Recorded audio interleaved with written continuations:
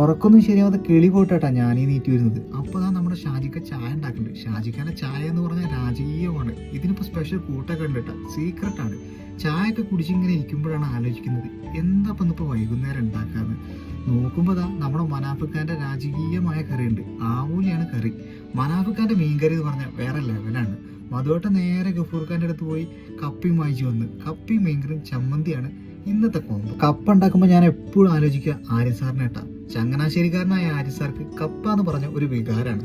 കപ്പ പൊതുവേക്ക് അത്ര ഇഷ്ടമൊന്നുമില്ല കേട്ടാ. മനാഫിക്കാൻ്റെ മീൻകറിയും ചമ്മന്തി മുന്നേ ഒന്ന് കഴിച്ചിട്ടുണ്ടായിരുന്നു. അയ്യോ, ഒരു രക്ഷ ഉണ്ടായിരുന്നില്ല. അതുകൊണ്ടാണ് ഇപ്പോൾ മീൻകറി ബാലൻസ് ആയപ്പോൾ കപ്പ ഉണ്ടാക്കാൻ തീരുമാനിച്ചു. കഥ പറഞ്ഞു കഴിഞ്ഞില്ല, സംഭവം റെഡി. കപ്പയും മീൻകറിയും കണ്ടപ്പോൾ ശരാശരി മലയാളിക്ക് ഉണ്ടാകുന്നൊരു വികാരം ഉണ്ടല്ലോ, അത് അങ്ങോട്ട് ഉണർന്നിട്ടാ. പിന്നെ ഒന്നും നോക്കില്ല, കല്ലിന് പകരം കുറച്ച് കഞ്ഞിവെള്ളം എടുത്ത് ഒരു ഡാൻസ് അങ്ങോട്ട് കാച്ചി. ഡാൻസ് ഇഷ്ടമായ ലൈക്ക് അടിക്കാനും കമന്റ് അടിക്കാനൊന്നും മറക്കല്ല കേട്ടാ. ഇഷ്ടപ്പെട്ട കൂടെ കൂട്ടിക്കോ, എന്തിനാ മടിക്കുന്നത്.